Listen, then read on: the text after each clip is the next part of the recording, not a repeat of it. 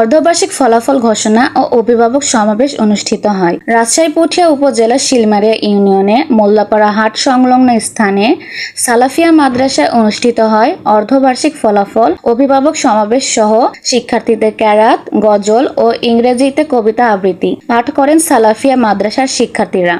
উক্ত অনুষ্ঠানে প্রধান অতিথি হিসাবে উপস্থিত ছিলেন ডাক্তার আব্দুস সামাদ। অনুষ্ঠানে সভাপতিত্ব করেন মোহাম্মদ আবুল কাশেম মাস্টার, অবসরপ্রাপ্ত সাধনপুর উচ্চ বিদ্যালয়। অনুষ্ঠানে সার্বিক তত্ত্বাবধানে ছিলেন মাহবুব আলম মিন্টু, সাবেক আহ্বায়ক শিলমারিয়া ইউনিয়ন যুবদল। এছাড়া উপস্থিত ছিলেন প্রতিষ্ঠাতা পরিচালক মোহাম্মদ ইমরান, প্রতিষ্ঠানের সেক্রেটারি মিলন সরকার। আরও উপস্থিত ছিলেন চঞ্চল, হাফেজ আলামিন, হাফেজ কবির হোসেন, ফিরোজ আহমেদ পরমাণিক, মোহাম্মদ মামুনুর রশিদ সহ স্থানীয় নেতৃবৃন্দ উপস্থিত ছিলেন। অনুষ্ঠান শেষে বিজয়ী শিক্ষার্থীদের মাঝে পুরস্কার বিতরণ করা হয়। প্রধান অতিথি ডাক্তার আব্দুস সামাদ বলেন, এই প্রত্যন্ত অঞ্চলে এই মোল্লাপাড়া একটা গ্রাম, এই গ্রামে যে একটা প্রতিষ্ঠান আর সালাফিয়া মাদ্রাসা প্রতিষ্ঠিত হয়েছে, এজন্য আমি এই এলাকাবাসীকে ধন্যবাদ জানাচ্ছি। এই প্রতিষ্ঠানটি এর কোনো নিজস্ব জায়গা নাই, এর কোনো অর্থকরী নাই,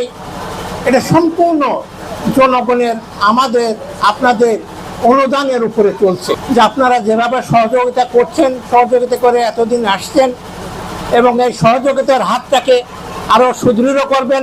আশেপাশে এখানে বহু ব্যবসায়ী আছে, বহু শিক্ষিত চাকরিজীবী আছেন, তারা এই প্রতিষ্ঠানকে যেটা দান করবেন, আমরা দুনিয়ার অ্যাকাউন্টের জন্যে অনেক টাকা আমরা জোগাই, ব্যাংকে রাখি, বিভিন্ন জায়গায় রাখি, অ্যাকাউন্টে রাখে আমাদের সঞ্চয় করি। কিন্তু আসলে তো আমাদের উচিত হলো পরকালের অ্যাকাউন্টে যাতে আমাদের সঞ্চয় হয়, সেদিকে আমাদের আলোকপাত করতে হবে। সেই আলোকপাত করার জন্য এই প্রতিষ্ঠানকে আমাদের এই প্রতিষ্ঠানের দিকে লক্ষ্য করতে হবে এবং দান খয়রাত করতে হবে।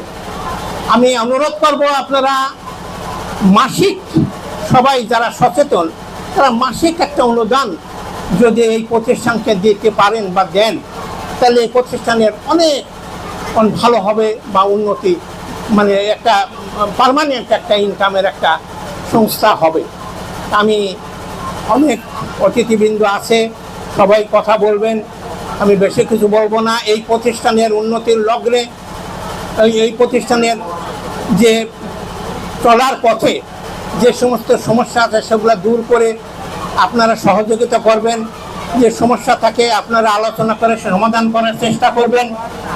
আমি এই প্রতিষ্ঠানের উত্তরোত্তর উন্নতি কামনা করে এবং সবার সুস্বাস্থ্য ও দীর্ঘায়ু কামনা করে আমার সংক্ষিপ্ত কথা শেষ করছি।